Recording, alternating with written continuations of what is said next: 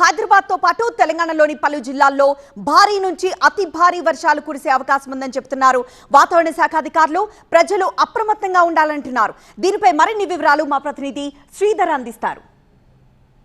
బంగాళాఖాతంలో ఏర్పడిన అల్పపీడనం తెలంగాణపై ఏ మేరకు ప్రభావం చూపుతుంది, ఆ విధంగా తెలంగాణ రాష్ట్రంలో ఏ జిల్లాల్లో ఎక్కువగా భారీ వర్షపాతం నమోదయ్యే అవకాశం ఉన్నాయి, మనకు వివరించేందుకు వాతావరణ శాఖ అధికారి ధర్మరాజు ఉన్నారు. సార్, తెలంగాణలో ఇటు అల్పపీడన ప్రభావం ఏ జిల్లాలపై పడే అవకాశం? స్పష్టంగా కనుక చూసుకున్నట్లయితే ఈరోజు ఉదయం 5:30 గంటలకు బంగాళాఖాతంలో ఒక అల్పపీడనం ప్రాంతం అనేది గుర్తించబడింది. సో ప్రస్తుతం ఇది ఏర్పడిన తర్వాత ఇది చూసుకున్నట్లయితే పశ్చిమ వాయువ్య దిశగా కదులుతూ అలాగే చూసుకున్నట్లయితే ఈ పశ్చిమ వాయువ్య దిశగా కదులుతూ ఇటు దక్షిణ ఒడిశా అలాగే ఉత్తర ఆంధ్ర తీరం గుండా ఇది ప్రస్తుతం కొనసాగుతుంది.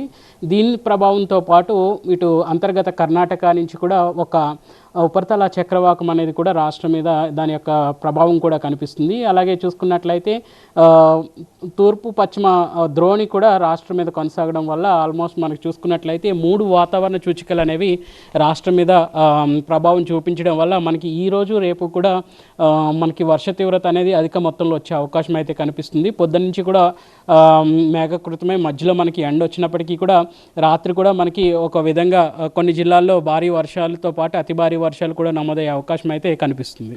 అల్పపీడన ప్రభావం ఈ రోజు రాత్రి తెలంగాణపై ఎక్కువగా ఏ జిల్లాలపై పడే అవకాశం ఉంది?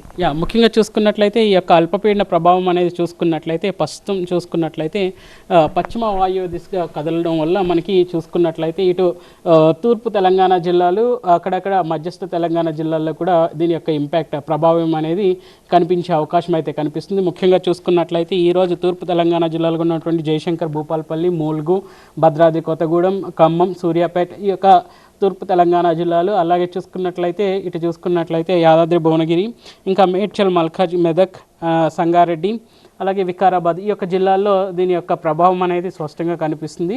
రేపు కూడా ఈ యొక్క తీవ్రత అనేది కొనసాగుతుంది.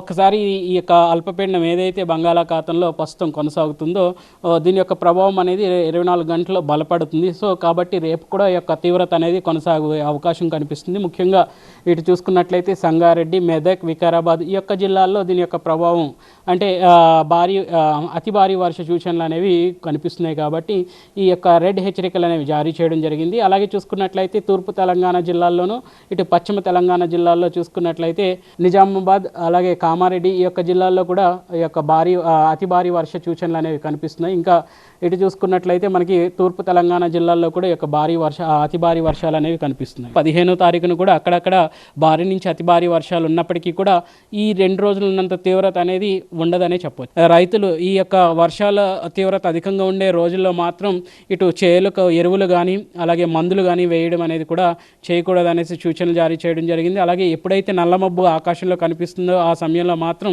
రైతాంగం మాత్రం చేల్లో తిరగడం కానీ శిథిలమైన భవనాల్లో విశ్రాంతి తీసుకోవడం అనేది చేయరాదు. రాబోయే 4 రోజులు కూడా తెలంగాణ రాష్ట్ర వ్యాప్తంగా మోస్తారు నుండి భారీ వర్షాలు కురిసే అవకాశాలు ఉన్నాయని హెచ్చరికలు జారీ చేశారు. రైతులు కూడా తగు జాగ్రత్తలు తీసుకోవాలి. ఎందుకంటే రాబోయే 4 రోజులు కూడా భారీ వర్షాలు ఉన్న నేపథ్యంలో రైతులు కూడా జాగ్రత్తగా ఉండాలని వాతావరణ శాఖ అధికారి ధర్మరాజు అంటున్నారు. కెమెరా పర్సన్ రామకృష్ణతో శ్రీధర్, TV9 హైదరాబాద్.